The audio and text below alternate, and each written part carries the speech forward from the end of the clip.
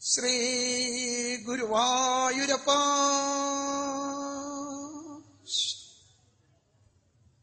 സർവത്ര ഗോവിന്ദനാമ സങ്കീർത്തനം ഗോവിന്ദ ഗോ. ഒരു ഭക്തി പ്രഭാഷണം കൊണ്ട് നിങ്ങളെ എല്ലാവരെയും കോരിത്തരിപ്പിക്കാനല്ല ഞാനിവിടെ വന്നത്. അതിനുള്ള കഴിവെനിക്കുണ്ടോ അറിയില്ല. തന്ന വിഷയം ഉള്ള സമയം കൊണ്ട് എങ്ങനെയെങ്കിലും പറഞ്ഞൊപ്പിക്കുക. പിന്നെ ഇത്രയും ഭക്തന്മാരുടെ മുമ്പിൽ വെച്ച് ഭാഗവതത്തെ സ്മരിക്കാൻ ഒരു സന്ദർഭം ഉണ്ടാക്കി തന്നുവല്ലോ. അതോർക്കുമ്പോൾ വളരെയധികം മനസ്സിന് സന്തോഷമുണ്ട്. എല്ലാ ഭക്തന്മാരെയും അതിനായി നമസ്കരിക്കുകയാണ്. സാധാരണ സപ്താഹരംഗങ്ങളിൽ ഏകാദശത്തിലെ 29ാമത്തെ അധ്യായം പ്രഭാഷണത്തിന് കൊടുക്കുമ്പോൾ ഉദ്ധവന്റെ ബദരീയാത്ര എന്നാണ് കൊടുക്കാറ്, അല്ലെങ്കിൽ 29ാമത്തെ അധ്യായം എന്നും കൊടുക്കാറുണ്ട്. പക്ഷേ സാധാരണ ഉദ്ധവന്റെ ബദരീയാത്ര എന്നാണ് ആ ഒരു അധ്യായത്തിന് നമ്മൾ പേരിട്ടിരിക്കുന്നത്. എന്നാൽ ആ അധ്യായത്തിൽ ഉദ്ധവനെ അനുഗ്രഹിച്ചു കഴിഞ്ഞ ഭഗവാൻ ഉദ്ധവനോട് ബദരിയിലേക്ക് പോകൂ, അവിടെ ചെന്ന് ഞാൻ അങ്ങയ്ക്ക് ഉപദേശിച്ചു തന്നതായ ഈ ഭാഗവത ധർമ്മത്തെ മഹർഷിമാർക്ക് പറഞ്ഞു കൊടുക്കൂ. ശരി എന്ന് പറഞ്ഞ് ഉദ്ധവൻ ഭഗവാനെ നമസ്കരിക്കുന്നു. അവിടെ നിന്നും ഇറങ്ങിത്തിരിക്കുന്നു. ഭഗവാന്റെ തിരോധാനത്തിന് ശേഷമാണ് ഉദ്ധവൻ പ്രഭാസത്തിൽ നിന്നും ഇതാ ബദരിയിലേക്ക് തിരിക്കുന്നത്. അപ്പോൾ ഉദ്ധവന്റെ ബദരീ യാത്രയെക്കുറിച്ച് ഇതിൽ ഒന്നും ഈ അധ്യായത്തിൽ യാതൊന്നും പറയണില്ല. എന്നാൽ ഭാഗവതത്തിൽ ഉദ്ധവന്റെ ബദരീ യാത്രയെക്കുറിച്ച് പറയണില്ലേ? പറയണുണ്ട്. എവിടെയാ പറയണത്? ആദ്യമായിട്ട് ഉദ്ധവനെ നമുക്ക് കാണാൻ സാധിക്കുക തൃതീയ സ്കന്ധത്തിൽ വെച്ചാണ്.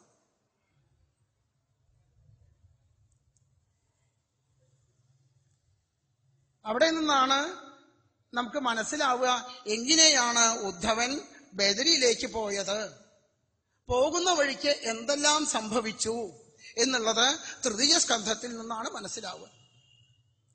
വിതുരോദ്ധവ സംവാദം 4 അധ്യായങ്ങളിൽ കൂടി ശ്രീശുകൻ വർണ്ണിക്കുന്നു. ആരാണ് ഉദ്ധവനെ ആദ്യം കാണുന്നത്? ഭാഗവതത്തിൽ ഉദ്ധവനെ ആദ്യമായി കാണുന്നത് വിതുരനാണ്. അങ്ങനെയാണ് ഭാഗവതം വർണ്ണിക്കുന്നത്.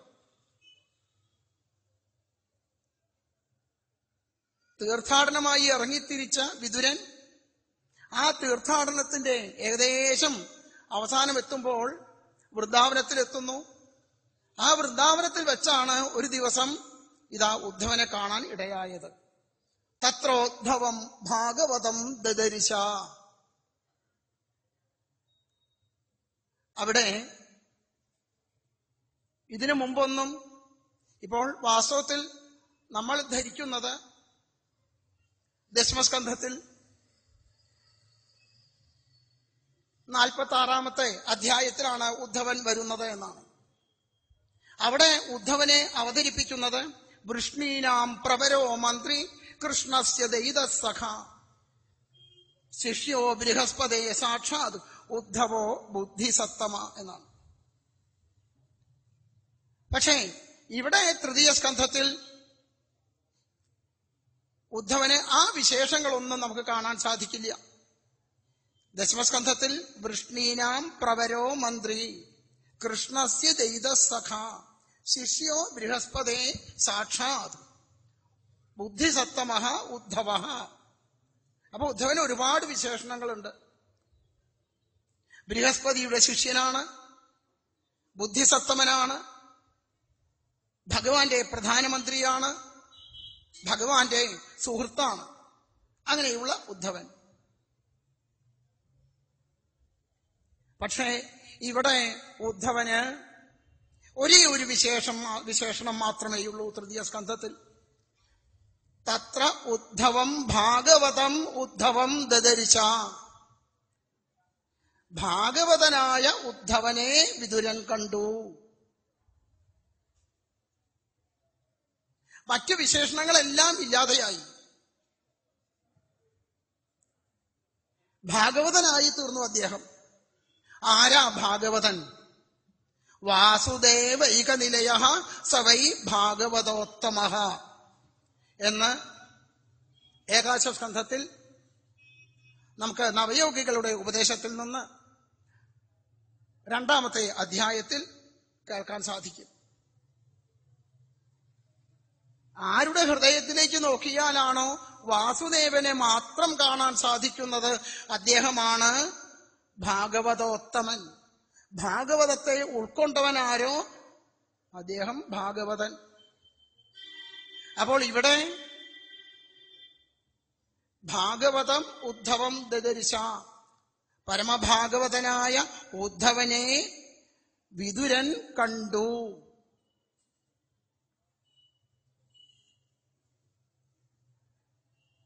ആ ഉദ്ധവനോട് വിതുരൻ ആവശ്യപ്പെടുന്നത് വാർത്താം സഖേ കീർത്തയാ. ആരുടെ വാർത്തയെ കുറിച്ചാ പറയേണ്ടത്? കൃഷ്ണസ്യ പുണ്യകീർത്തേ, ഭഗവത് കഥകളെ പറയൂ. അപ്പോൾ വിതുരന് ഭഗവത് കഥകൾ ഒട്ടും അറിയാത്ത ആളാണോ? ഭഗവത് കഥകൾ നല്ലവണ്ണം അദ്ദേഹത്തിന് അറിയാം. അതുകൊണ്ടാണ് വീണ്ടും വീണ്ടും ഭഗവത് കഥകൾ കേൾക്കണമെന്ന് അദ്ദേഹത്തിന് തോന്നിയത്.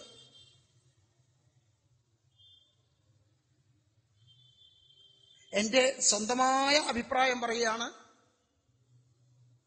ഭാഗവത കഥയ്ക്ക് ഒരുപാട് പ്രാധാന്യമുണ്ട്. തത്വങ്ങളിലേക്കൊന്നും പോണ്ട ആവശ്യമില്ല. നമ്മളുടെ ഓരോരുത്തരുടെയും ആഗ്രഹം എന്താണ്?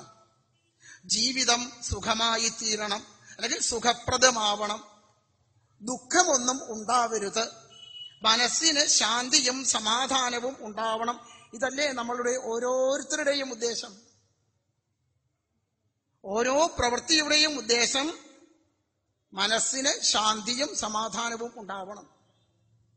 അത് ഭഗവത് കഥാശ്രവണം കൊണ്ട് മാത്രമേ സാധിക്കുകയുള്ളൂ.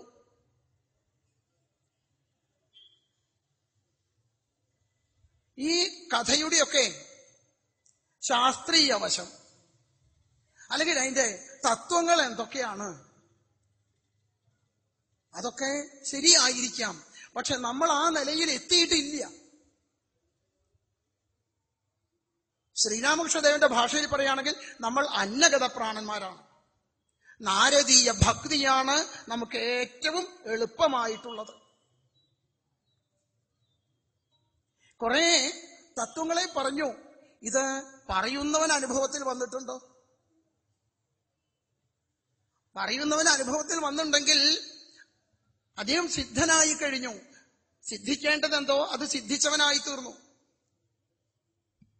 പരീക്ഷത്തിന് ബ്രഹ്മോപദേശത്തെ നൽകുന്ന സന്ദർഭത്തിൽ ഒരുപാട് കഥകളെ പറഞ്ഞുകൊടുത്ത് ഭഗവത് കഥകളിൽ കൂടി അദ്ദേഹത്തെ കൊണ്ടുവന്ന് ഇനി ബ്രഹ്മോപദേശത്തെ നൽകിയാൽ അത് അദ്ദേഹത്തിന് വേണ്ട പോലെ ഉള്ളിൽ പതിയും എന്ന് ബോധ്യമായി അദ്ദേഹത്തിന്. എന്റെ ദുഃഖങ്ങളെല്ലാം തീർന്നു, സങ്കടങ്ങളെല്ലാം തീർന്നു എന്ന് പരീക്ഷിത്ത് പറയുന്നുണ്ട്. ഭഗവത് കഥാശ്രവണത്താൽ എന്റെ എല്ലാ സംശയങ്ങളും തീർന്നിരിക്കുന്നുവെന്ന്.